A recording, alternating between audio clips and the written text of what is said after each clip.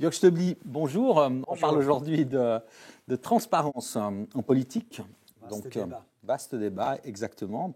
Est-ce que la transparence qu'on exige aujourd'hui des élus est raisonnable? Est-ce qu'on ne va pas un peu trop loin, à ton avis? Qu'il faut un minimum de transparence, c'est évident, mais n'oublions pas, nous avons un Parlement de milices. Des gens qui travaillent, qui ont des revenus ailleurs, parce que de la politique tout seul, c'est compliqué à vivre. Et puis, c'est pas bien non plus, parce que toute la cohésion sociale, la classe moyenne, les gens représentés au Parlement, c'est des gens qui sont, pour la plupart, dans l'économie privée, ils connaissent les vrais problèmes, c'est des agriculteurs, c'est des viticulteurs, etc. Donc, c'est une de nos forces de ne pas avoir une classe isolée dans une tour d'ivoire qui ne connaît pas la vraie vie. Donc, à partir de là, il faut accepter qu'ils aient des mandats d'administrateurs, qui sont dans des fondations, qui ont des revenus ailleurs, qui représentent évidemment des intérêts de leur employeur, mais on le sait à partir du moment où je vote pour quelqu'un, je sais si l'agriculteur qui va défendre l'agriculture, ça tombe sous le sens. Donc aujourd'hui, on est dans une situation avec une exagération absolue. Il faut un minimum de transparence, il faut connaître les liens d'intérêt économique et politique des gens et des uns et des autres. Mais à partir de là, il faut arrêter, je veux dire. Ouais.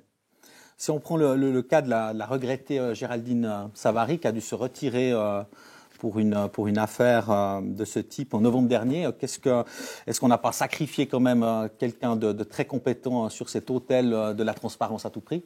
C'est un cas un peu particulier quand même. D'abord, il faut dire que, malgré que je ne suis pas membre de son parti, Géraldine Savary est une politicienne de très grande valeur, qui n'est pas doctrinaire, qui n'est pas idéologique, qui fait de la réelle politique. Donc, c'est une femme intelligente, qui est une vraie plus-value pour les conseils aux États.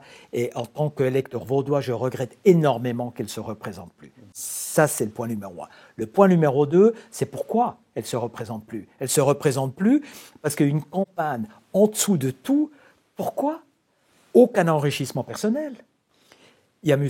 Frédéric Paulson, qui est un personnage qui contribue énormément à la richesse de ce pays avec son entreprise, qui fait énormément de choses dans le domaine humanitaire, dans la recherche. Il finance des projets dans la charité et tout ça.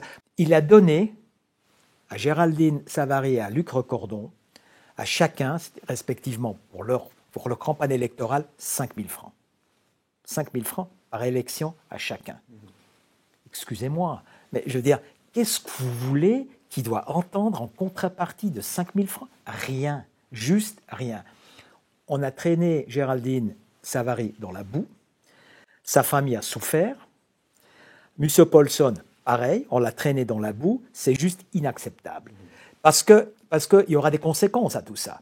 Et évidemment, le Parti socialiste de Géraldine Savary, ou certains membres du Parti socialiste vaudois notamment, l'ont pas soutenu, bien au contraire, et ont mis une telle pression pour qu'elle ne se représente plus.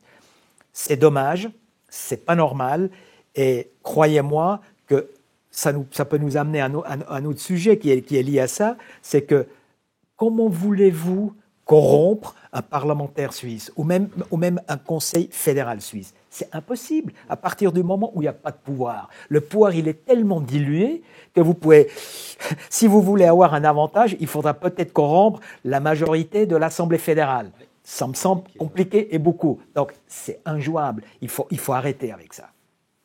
Je comprends. Et puis, bon, avec toute cette transparence, est-ce qu'on ne va pas priver la politique de futurs élus très compétents qui, pour finir, n'ont pas envie de se mettre complètement à nu pour pouvoir défendre leurs idées et leurs convictions? Mais oui, ça tombe sous le sens. Ça tombe sous le sens que quelqu'un qui a les capacités, qui a l'énergie, qui pourrait contribuer au bien-être de ce pays, il n'ira pas quand il voit tout ça dans les journaux. Parce que dans quel intérêt on a que les enfants qui vont à l'école attendent des commentaires, que la famille doit souffrir, qu'on est traîné dans la boue, pour rien, pour n'importe quoi, où des sujets sont complètement gonflés? Ça veut dire que les gens réfléchissent à deux fois. Est-ce que je vais être candidat pour un mandat? Ça commence au conseil municipal, ça va au cantonal, grand conseil, conseil fédéral, conseil national, etc. Donc, on va se priver à l'avenir de gens très compétents qui ne vont pas y aller parce qu'il y a un excédent aujourd'hui sous le registre de la transparence qui n'aiment pas la transparence, c'est du voyeurisme. On voit aussi que parfois on va même fouiller dans le passé des politiques, parfois 20 ans en arrière, hein, pour se ressortir de vieilles affaires. Il ne serait pas temps aujourd'hui d'un peu de tourner la page et puis de dire maintenant il faut se mettre en conformité et puis qu'il y ait une espèce de période d'amnistie ou une amnistie pour les politiques pour qu'on reparte en fait à zéro sur une page blanche. On peut pas parce que ça fait partie du personnage. Et je pense que les gens qui vont élire quelqu'un ou qui votent pour quelqu'un ont le droit de connaître son histoire, ce qu'il a fait dans sa vie, ce qu'il n'a pas fait, etc. À eux de le chercher à la limite. Les candidats, ils doivent être transparents à ce niveau-là, mais à partir de là, ensuite utiliser ça pour traîner les gens dans la boue, évidemment, c'est ça qui est pas acceptable. Mais la transparence, pourquoi pas? Moi, je veux savoir pour qui je vote. Je veux surtout connaître ses capacités. Je veux être sûr qu'il défend les intérêts pour lesquels il fait sa campagne, parce que c'est là-dessus que je vais l'élire. Et je veux que ça soit quelqu'un qui est sincère et authentique dans le travail politique qu'il fait.